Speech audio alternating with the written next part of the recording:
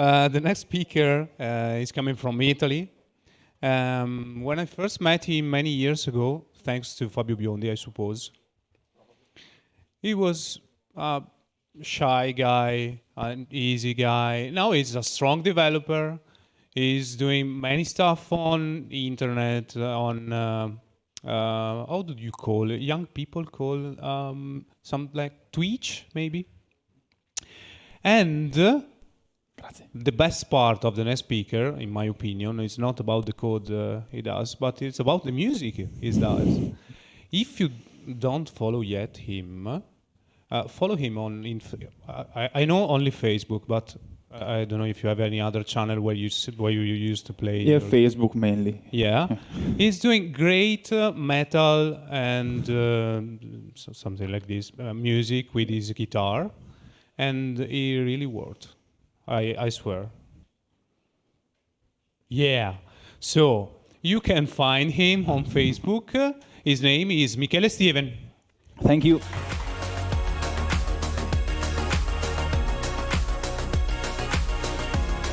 Here we go. So hi everyone, my name is Michele Stieven. I am a freelance consultant and I'm an Angular GDE. Academia.dev is my website. It is where I post my articles and video courses. They are all in Italian, so if you understand the language, make sure to check it out. But we don't have much time, so I say we go straight to the topics of today because we have a lot to talk about. And obviously you can find me on Facebook and Twitter, just with my name. So this is our roadmap for today. We are talking about web components. We are talking about Lit, which is an awesome library made by Google, and the reactive controllers, directives, and finally Lit labs. You'll see what they are in a minute. So web components, what are they? So for a lot of time, web components were considered something like a broken promise, right? Something that was promising, but not really useful in production.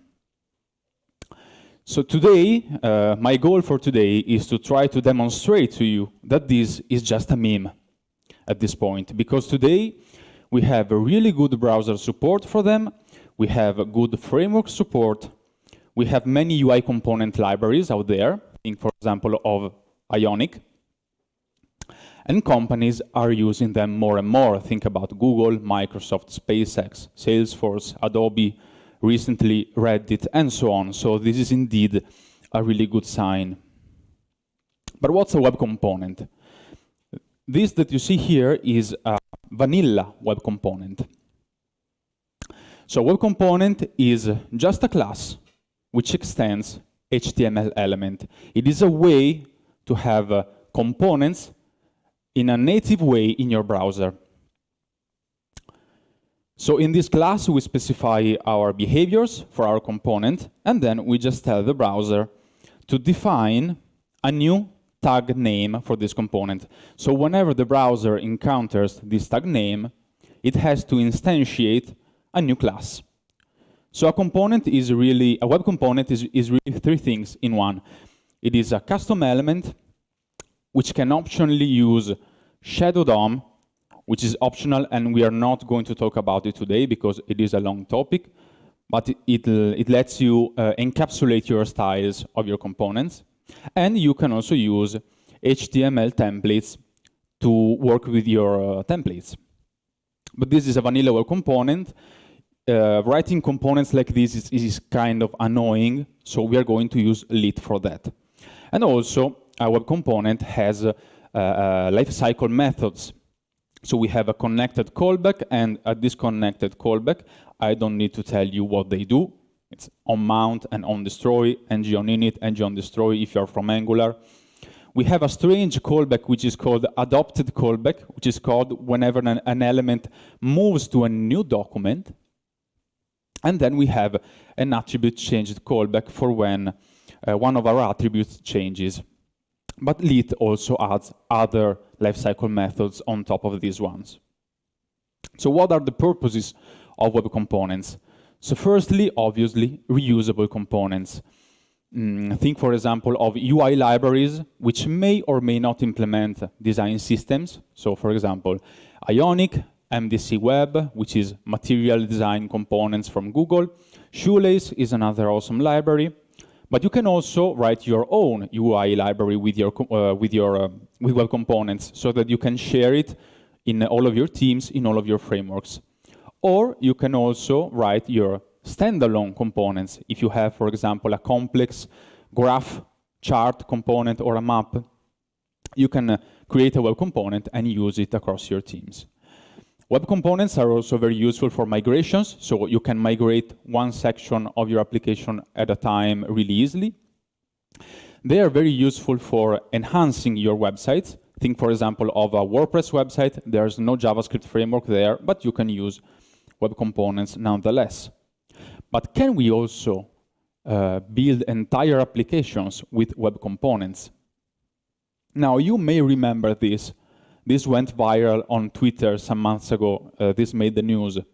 Adobe announced that it was trying to bring Photoshop on the web. So something like Google Docs, Google Sheets. It wanted to have a version of Photoshop on the browser. So they were already using web components. They built their own UI library, Spectrum Web Components, with Lit. And now they decided to build their entire application with Lit. And I also read that they are using some React islands provided by other teams, which is really cool. And they are also using a bunch of other cool stuff, such as web accessibility, file system access API, service worker with Google Workbox, and so on. So this really made me think, can we use them to build entire applications? So let's talk about components. I'm going to use React to make some comparison. It's not a war, it's not React versus Lit. It's just because I think many of you are already familiar with React. So in React, we have props, we have children, we have states, and most importantly, we have a form of declarative template with JSX.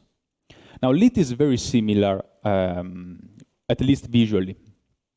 We have properties and attributes. So since we're using web components, we have two ways of passing data into our components. We can use slots to project our content inside of them. We can have states, which are just private properties. And we also have a form of declarative template. This time, we don't use JSX. We use a browser standard, which is tagged template literals, and we'll talk about them. And we also use events. So in React, we pass callbacks to props as props. In Lit, we have events and custom events. So this is a simple, very, very simple Lit element. As you can see, it's just a class which extends Lit element. So Lit element is just a library. It's just a class which you extend. You can specify your own internal styles. You can specify your properties. And by the way, now I'm using TypeScript with decorators, but you can also use standard JavaScript. So I have a property with a default of somebody, and I have a render method. Inside this render method, I have to return what's returned by a function call. Yes, that is a function call without the parentheses. We'll talk about that. And then we also, we finally use the component like this. So just like any other HTML element. And in this case, Lit is doing me the favor of converting my name attribute to the name property, okay? This is another Lit element. In this case, we have a state. It's just a private property. And we need that state because we need to tell Lit that whenever that property changes, Lit needs to check the template and maybe re-render it. So in this case, we use interpolations to interpolate this count right here. This is a syntax of Lit, this @ symbol. It means we are binding to an event listener. And we can use many different syntaxes. We can use inline arrow functions, or we can just put here our methods. And we don't need to bind them like we did with React. Okay, so this is very cool. So let's talk about tagged template literals. What are they? This code is standard JavaScript, so you can test it, you can try it out in your browser, and it will work just fine. So I said that that was a function call. So HTML is a function provided by lit, in this case, which we call without the parentheses. So what happens when we attach a template literal to a function? This is a tagged template literal. And what happens is that we get in our function as the first argument an array of all the static parts of our template literal. In this case, we have hello with a space and then the exclamation mark. So these parts never change. So we don't need virtual DOM because these parts are always the same. Okay, and then all the other arguments are all the expressions which are inside of our interpolations. In this case, we have an array of one element, Verona. Okay, so whenever one of these expressions changes,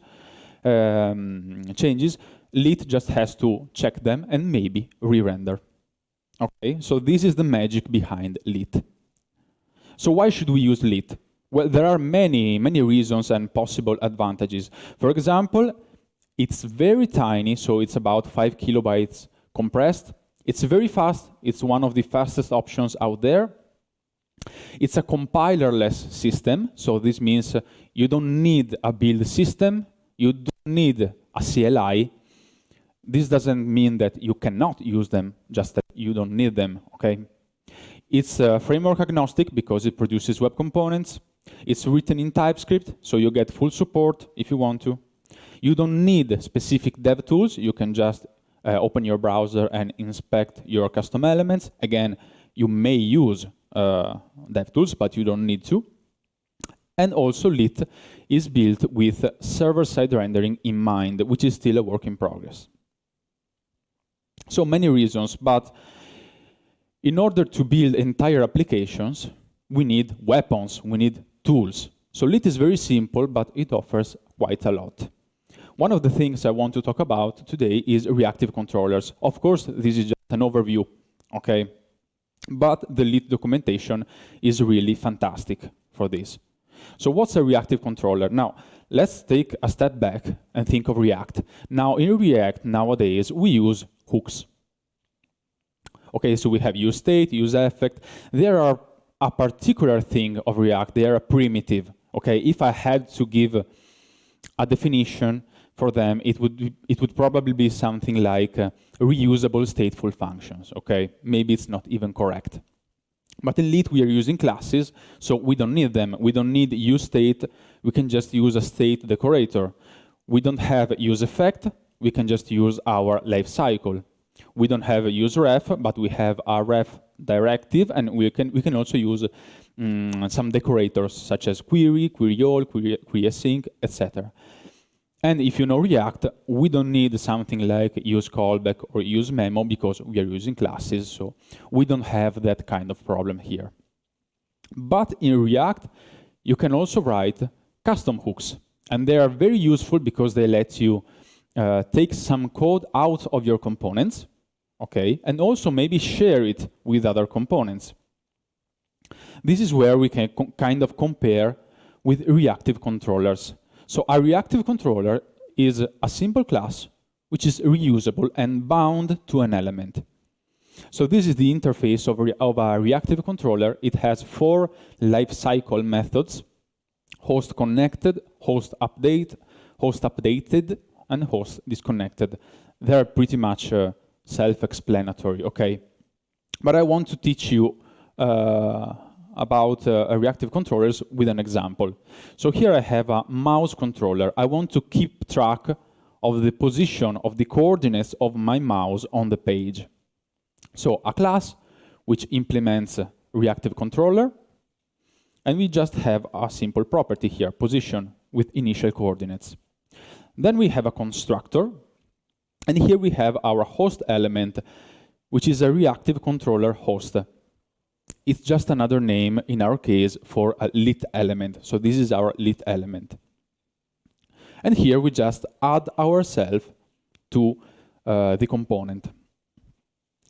Then in this case, we implement these two methods, host connected and a host disconnected, just to add and remove an event listener on that component. So we have a mouse move event and we have a simple listener. In this case, we have a callback which just updates the position with the new coordinates. So very, very simple. And then this is the magic trick. We just call host.requestUpdate.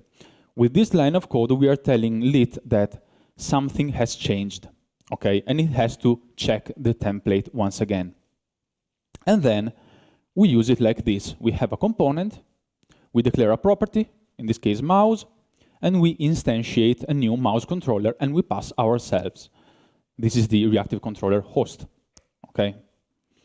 And then we use it in the template like this. We interpolate and use the position. You can see position.x and .y.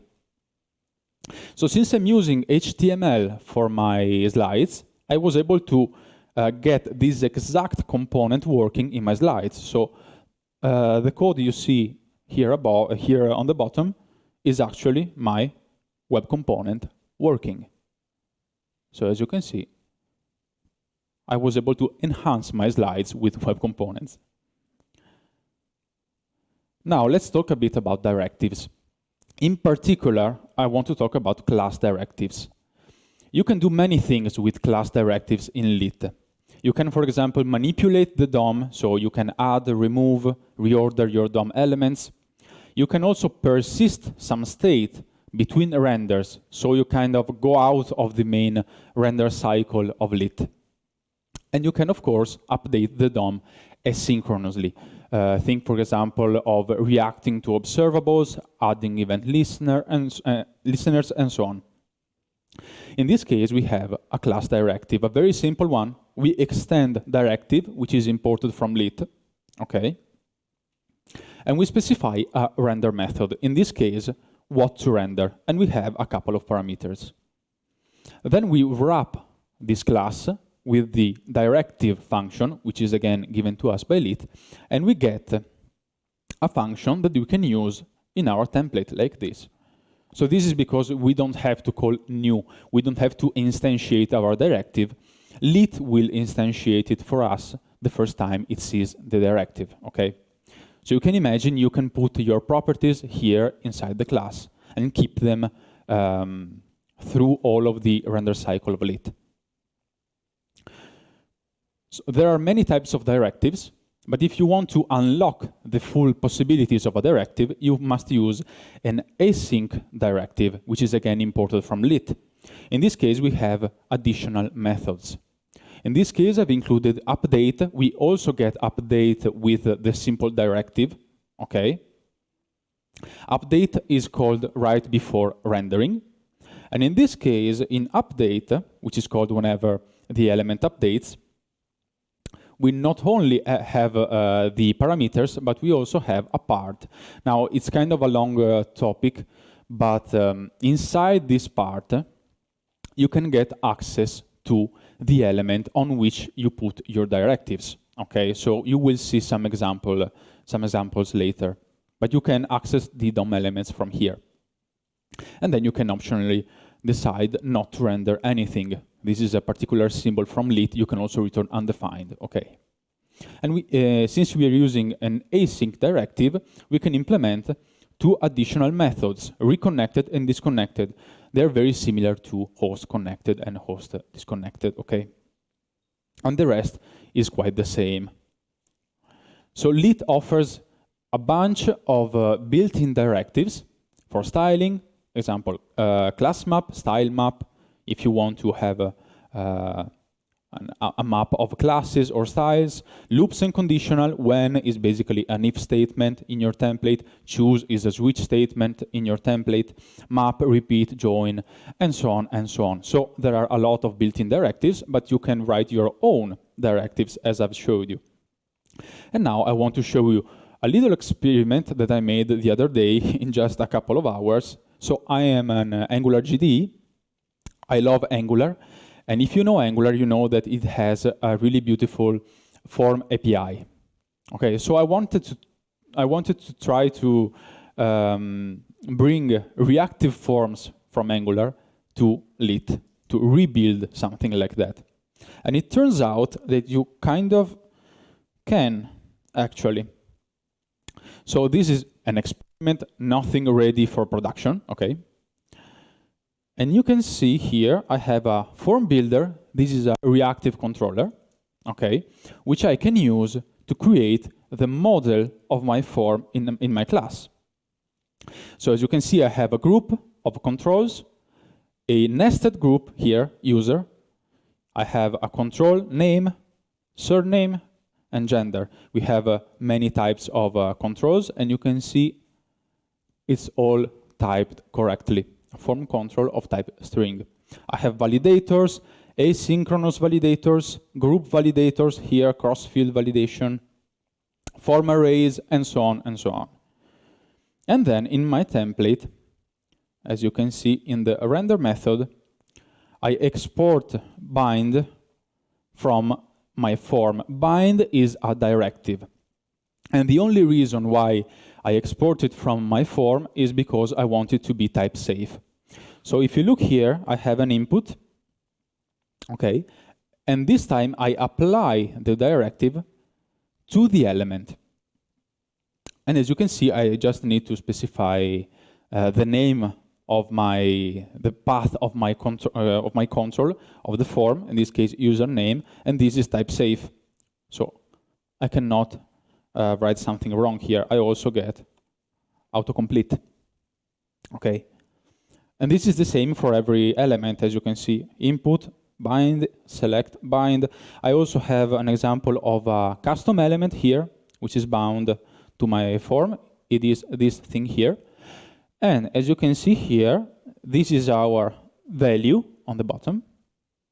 I change some values and it updates in real time. Okay, change here, check this, update here, everything is working. This is an array, so I add, and you can see it here, and this is an array of groups. You see it here, okay? And obviously, I can manipulate the form imperatively with some methods. As you can see, append, pop, append, patch. So I can reset the form. I can patch it. I can disable, enable some fields. So this shows you how much you can do with reactive controllers and directives. And keep in mind, I made this in a couple of hours, okay, in my free time. So very, very impressive stuff. So now the last thing I want to talk about today is Lit Labs. What is Lit Labs? It is a section of the Lit documentation and repository, which is where the Lit team keeps their experiments. Okay, so their official experiments, which eventually get their own package on NPM. So I think of Lit Labs as of an ecosystem for Lit, a future ecosystem for Lit. So one of the packages that was previously inside Lit Labs is Lit Localized. So with this package, you can this package provides internationalization support for Lit templates. So in this case, we have a very simple message function, and we just need to wrap our templates with the message function. And this supports expressions and HTML markup, obviously. It supports runtime language change, okay? It's about 1 kilobyte compressed, so it's very, very tiny, but you can optionally choose to compile one version of your application for each language. So this means 0 kilobytes of JavaScript in your page. And this it comes with a CLI, and it generates XLIF files so that you can use them with your favorite translation software. Then what's still inside of Lit Labs? Well, we have, for example, motion. You may have seen this in other Lit talks online. Lit directives for making things move. So in this case, I have a button, and with this button, I'm basically toggling a class on this div. And just imagine that this class changes the position of my div. I can just apply this directive on my div, and this will automatically animate the div from the old position to the new one. And obviously you can configure it, it has parameters, and it also comes with a reactive controller.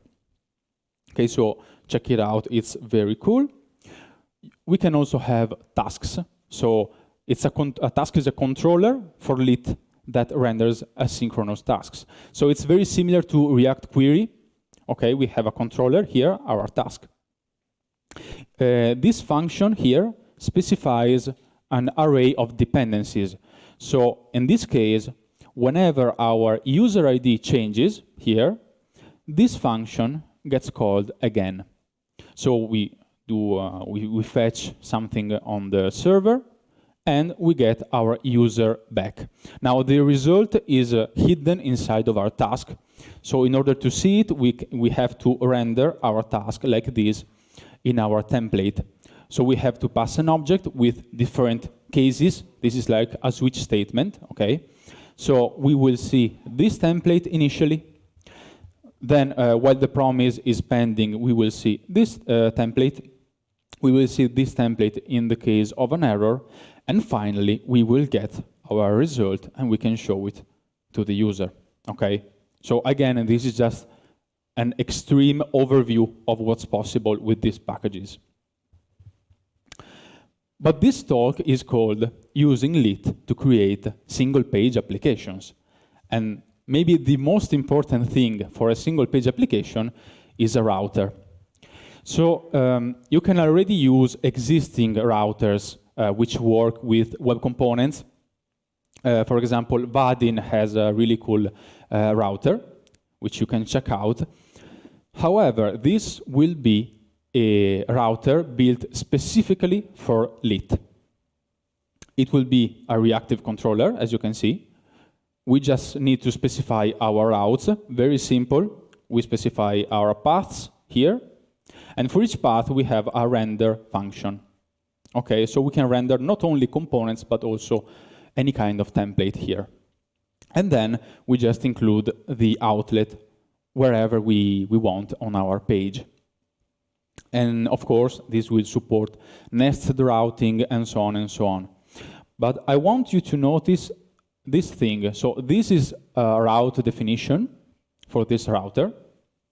And since we are using a render callback, so we have a function. In this case, we have an ID here, okay, in our path. And since we have a parameter here, we can retrieve it here inside of our function. So we can pass this ID to our components as a property. This is a lit syntax, this little dot, it means property, okay? So there's really two things to notice here. First, whenever the ID changes, Lit doesn't throw away the old component, it just updates the single property, which is very cool. And also, the component, in this case, my profile, is not aware of being a container, a routed component, okay? So this means you don't have to use params, no mixin, you don't have to inject anything. The component doesn't have to retrieve this data from somewhere else. It's just a normal component with a property. I think it's really fascinating. And also, you will be, for example, you will be able to use enter callbacks. The enter callback is just another function which is called right before the render callback, and you can use it to import some files, do whatever you like. So in this case, for example, let's suppose this component is declared inside of this file. This means lazy loading out of the box. Okay. So again, really interesting stuff. And of course, it will be loaded only when the user visits this particular route. And of course, there are other packages under Lit Labs. I encourage you to check them out. For example, we have two packages for server-side rendering, which, as I said, is still a work in progress, but it is already used in this other package which is called 11t plugin lit, which is a plugin for 11t. So if you're using 11t for your static websites, you can already use this plugin to use lit templates and components inside of 11t, and they will be rendered server-side at build time, okay? There's also a Lit Labs React package, which contains React wrappers, so that you can transform your web components to React components, and your reactive controllers to custom hooks, which is very cool. And then we also have observers, which is reactive controllers for things like intersection observer, mutation observer, and so on. We have a syntax analyzer and a scoped registry mixin. It is a mixin to test out the new scoped custom element registries proposal. So is this enough for you to build an application? I cannot answer that question for you, but to me, this is a lot of stuff. And I'm sure I cannot wait to go back home, some more experiments with this package, because it's really fun to work with. So I hope you've enjoyed the talk. Here is a link to all of my slides, so feel free to take a picture with some other useful links. Thank you.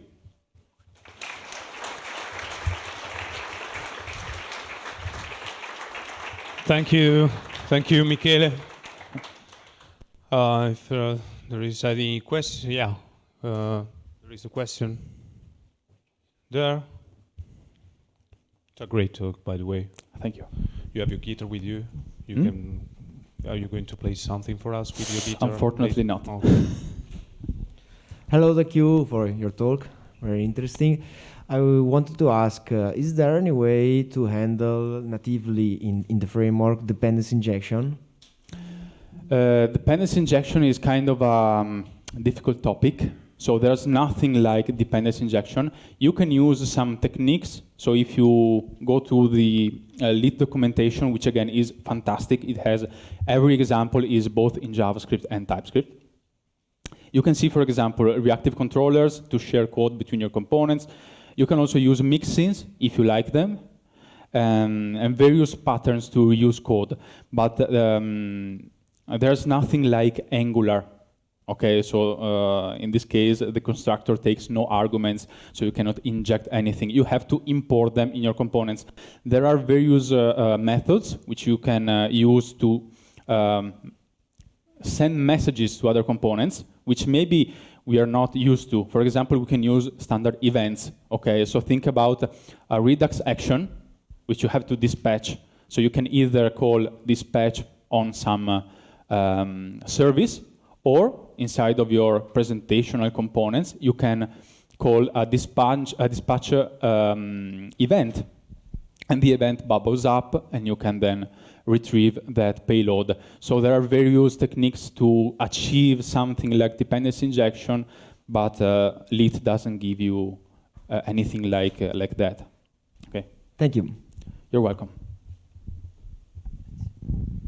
Yeah.